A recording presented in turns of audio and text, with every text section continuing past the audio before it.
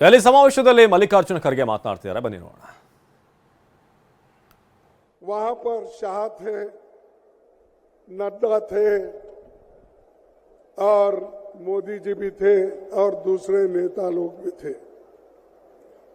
तो मुझे नड्डा जी ने पूछा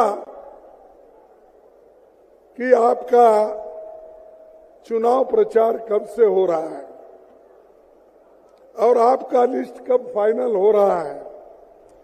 तो मैंने यही कहा, हमारा लिस्ट तो फाइनल हो रहा है, लेकिन हम जो चुनाव करना चाहते हैं वो निष्पक्ष चुनाव नहीं हो रहा और मेरे खाते में, मेरे पार्टी के खाते में जो पैसे थे वो पहले ही चोरी हो गए हैं और खास करके मुझ पे जो पेनल्टी लगाई है वो 3,567 करोड़ का 3,567 करोड़ की पेनल्टी मुझ पे लगाई है.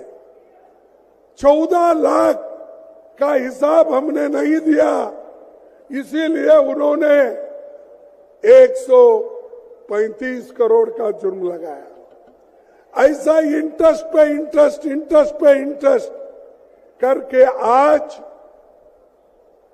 3,667 रुपए कर दिया, ताकि जैसा राहुल जी ने कहा हम प्रचार न कर सके, कहीं भी जा नहीं सके, कहीं जाना नहीं, किसी को मिलना नहीं, हमारे कार्यकर्ताओं को कोने कोने में भेजना नहीं. ये तरीका मोदी जी ने अपनाया है और डेमोक्रेसी को एक एक करके हमारे संस्थाओं को वो खराब कर रहे हैं, उसका ऐसा गैर इस्तेमाल कर रहे हैं. चाहे वो ईडी हो, चाहे वो सीबीआई हो, चाहे वो सीवीसी हो, चाहे वो सीबीआई हो, इन संस्थाओं का दुरुपयोग करके एक एक नेता को डरा रहे हैं, यहां तक कि पार्टी के लोगों को भी डरा रहे हैं और ये कह रहे हैं अगर आप कांग्रेस के साथ वो गठबंधन में जाएंगे तो आपको क्या जेल चाहिए, क्या आपको गठबंधन चाहिए. यह मैं दावे के साथ कहता हूं, किन किन नेताओं को उन्होंने डराया. ऐसा ही डरा डरा के बहुत से एमपी खरीदा, एमएलए खरीदा और उन्होंने नए सरकारें बनाई. ये है मोदी की नीति और इस मोदी को जब तक आप नहीं हटाएंगे, मोदी के विचारधारा को जब तक आप नहीं हटाएंगे, इस देश में सुख और समृद्धि कभी नहीं आएगी. इसीलिए हमको लड़ना है डेमोक्रेसी बचाने के लिए, लोकतंत्र की रक्षा करने के लिए और संविधान को बचाने के लिए. संविधान है तो आपको रिजर्वेशन है, संविधान है तो आपको मूलभूत जो अधिकार है, फंडामेंटल राइट्स, वो मिलेंगे और संविधान नहीं है ये कुछ नहीं मिलेगा. आप याद कीजिए, मेरे माताओं से मैं निवेदन करता हूं, आप याद कीजिए अगर बीजेपी की सरकार इस देश में संविधान बनाती तो वो पहला काम करते, महिलाओं को वोटिंग की पावर ही नहीं देते, क्योंकि उनके विचार वैसे हैं. लेकिन भारत एक ऐसा देश है. इंडिया ಮೈತ್ರಿಕೂಟದ ರ್ಯಾಲಿಯಲ್ಲಿ ಎಐಸಿಸಿ ಅಧ್ಯಕ್ಷ ಮಲ್ಲಿಕಾರ್ಜುನ ಖರ್ಗೆ ಅವರು ಮಾತನಾಡುತ್ತಿದ್ದಾರೆ, ನೋಡೋಣ. उसके ऊपर उनका यही कसूर था कि वो गठबंधन के साथ चलना चाहते थे. उनको बुलाया गया, पूछा गया, तब उन्होंने कहा मैं कांग्रेस के साथ रहूंगा, गठबंधन के साथ रहूंगा, मैं आप कितना भी मेरे ऊपर प्रेशर करो, मैं झुकने वाला नहीं है, ये हेमंत ने कहा. तो इसलिए मोदी जी ने केस बनाया और उनको अंदर डाल। क्या ये लेवल प्लेइंग ग्राउंड है? क्या ये मैदान है? जैसा मैं राहुल जी का क्रिकेट का जिक्र किए थे, साहब क्रिकेट को सब लोग ठीक ठाक मैदान बनाते हैं और पिच भी अच्छा करते हैं, तब लोग खेल पाते हैं। यहां तो मोदी सब तरफ खड्डा खोद के हमको क्रिकेट खेलो बोल रहा है, लेवल प्लेइंग ग्राउंड ही नहीं है। तो ऐसे व्यक्ति को इस बार हराना चाहिए। जब तक इनको हराएंगे नहीं, तब तक शांति से नहीं बैठना चाहिए।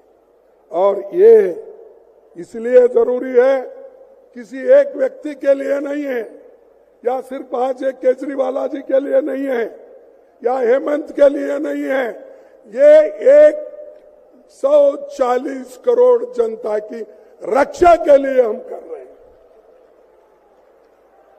और ये जरूरी है, गरीब को, किसान को, मजदूर को, छोटे मोटे व्यापारियों को, इनकी रक्षा करने के लिए हम ये कर रहे हैं। इसीलिए हम चाहते हैं कि डेमोक्रेसी को बचाओ।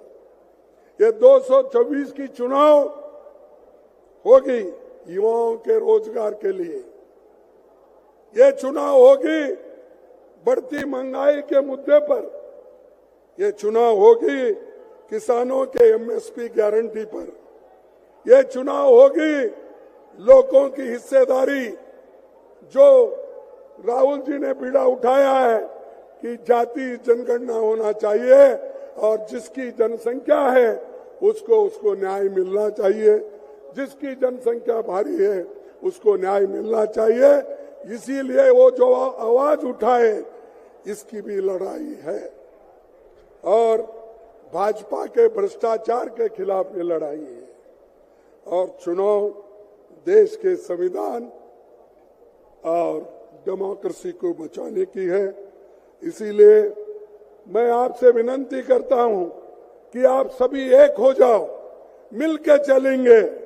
इसीलिए पंजाब के हमारे चीफ मिनिस्टर से भी यही मैं अपेक्षा करता हूं, जब एक होकर हम लड़ेंगे तभी हम कुछ हासिल करेंगे, नहीं तो एक दूसरे को कुचलते रहेंगे, आप कभी आगे नहीं आएंगे।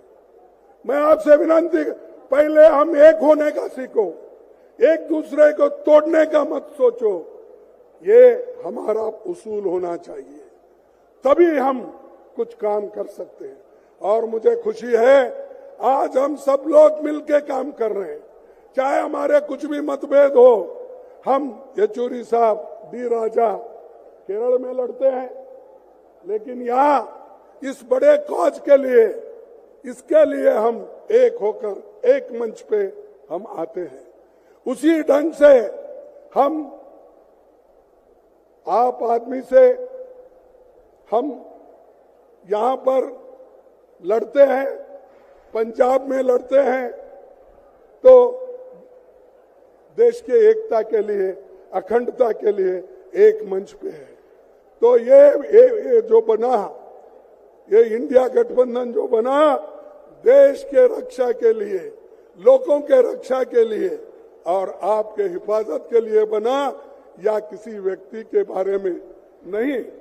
अगर वो व्यक्ति, संविधान बचा, हर व्यक्ति बचेगा, और जो अच्छा काम करता है वो जरूर बचेगा। तो इसीलिए भाइयों, मैं ज्यादा कुछ बातें नहीं कहते हुए इतना ही कहूंगा, हम लड़ेंगे और बीजेपी को ये बताएंगे, भाई तुम्हारा ज्यादा हुआ, बस करो। लोग अंडर करंट है, आप ये मत सोचो 400 पार की जो बात करते हैं, ये 400 होने वाला नहीं है। चुप लोगों को डराना धमकाने की बात करके, अरे हमारे पास वो हिम्मत है, हमने कई लड़ाई लड़ी है, कांग्रेस ने कई लड़ाई लड़ी है। बीजेपी के लोग तो एक बार 2 सीट आए थे, उनके 2 ही सीट, आपको मालूम होगा, दिल्ली वाले आप बेहतर जानते हैं। तो ये 2 सीट लिए सो लोग बार बार दूसरों को गालियां देते हैं। तो इसीलिए आपसे मैं यही कहूंगा कि आखिरी में एक बात कह के मैं अपने बात को खत्म करूंगा, तो वो ये है कि इंडिया गठबंधन के लिए जो मुश्किलातें हैं, उन मुश्किलातों को हम सब मिलके दूर करेंगे। और मोदी का क्या है, कोर्ट भी उसके पास है, पुलिस भी उसके पास है, सभी कुछ उसके पास है। और इसीलिए मैं एक शायर ने लिखा है, अपील भी तुम हो, दलील भी तुम, अपील भी तुम, दलील भी तुम, गवाह भी तुम, वकील भी तुम, गवाह भी तुम, वकील भी तुम, जिसे भी चाहो हराम कह दो, जिसे भी चाहो हराम कह दो, जिसे भी चाहो हलाल कर दो, जिसे भी चाहो हलाल कर दो। सब उनका, वकील उनका, कोर्ट उनका, पुलिस उनकी, सब कुछ उनकी। तो ऐसे में डेमोक्रेसी को टिकाना, आप में जो जोश आना चाहिए और जोश के साथ हम लड़ते रहेंगे। ಕೇಂದ್ರದ ವಿರುದ್ಧ ಇಂಡಿಯಾ ಒಕ್ಕೂಟ ಸಮರವನ್ನ ಸಾರಿದೆ. ಇವತ್ತು ಮಲ್ಲಿಕಾರ್ಜುನ ಖರ್ಗೆ ಅವರು ಎಐಸಿಸಿ ಅಧ್ಯಕ್ಷರು ಭಾಷಣವನ್ನು ಮಾಡಿದ್ರು. ಈಗಾಗಲೇ ಕಾಂಗ್ರೆಸ್ ನಾಯಕ ರಾಹುಲ್ ಗಾಂಧಿ ಅವರು ಕೂಡ ತಮ್ಮ ಭಾಷಣದ ಮೂಲಕ ಕೇಂದ್ರ ಸರ್ಕಾರದ ವಿರುದ್ಧ ವಾಗ್ದಾಳಿಯನ್ನು ನಡೆಸಿದ್ರು. ಸಂವಿಧಾನ ಮತ್ತು ಪ್ರಜಾಪ್ರಭುತ್ವವನ್ನ ಉಳಿಸಬೇಕಾಗಿದೆ, ಆ ಜವಾಬ್ದಾರಿ ನಿಮ್ಮೆಲ್ಲರ ಮೇಲಿದೆ. ಹಾಗಾಗಿ ನಾವೆಲ್ಲರೂ ಕೂಡ ಒಟ್ಟಾಗಿ ಒಗ್ಗಟ್ಟಾಗಿ ಕೇಂದ್ರದ ವಿರುದ್ಧ ಹೋರಾಟವನ್ನ ಮಾಡೋಣ ಅಂತ ಹೇಳಿ ಮಲ್ಲಿಕಾರ್ಜುನ ಖರ್ಗೆ ಅವರು ಕರೆಯನ್ನ ಕೊಟ್ಟಿದ್ದಾರೆ. ಅಷ್ಟು ಮಾತ್ರವಲ್ಲ, ಯಾವ ರೀತಿಯಾಗಿ ಚುನಾವಣೆಗೂ ಮುನ್ನ ಬಿಜೆಪಿಯಿಂದ ಮ್ಯಾಚ್ ಫಿಕ್ಸಿಂಗ್ ಆಗಿದೆ, ಪ್ರಜಾಪ್ರಭುತ್ವವನ್ನ ಮುಗಿಸೋದಕ್ಕೆ ಹೇಗೆಲ್ಲ ಷಡ್ಯಂತ್ರವನ್ನ ರೂಪಿಸಿದ್ದಾರೆ ಅನ್ನೋ ವಿಚಾರವನ್ನ ಪ್ರಸ್ತಾಪಿಸಿ ಕಿಡಿಕಾರಿದ್ದಾರೆ. एक स्टेटमेंट आपके सामने पढ़ेंगी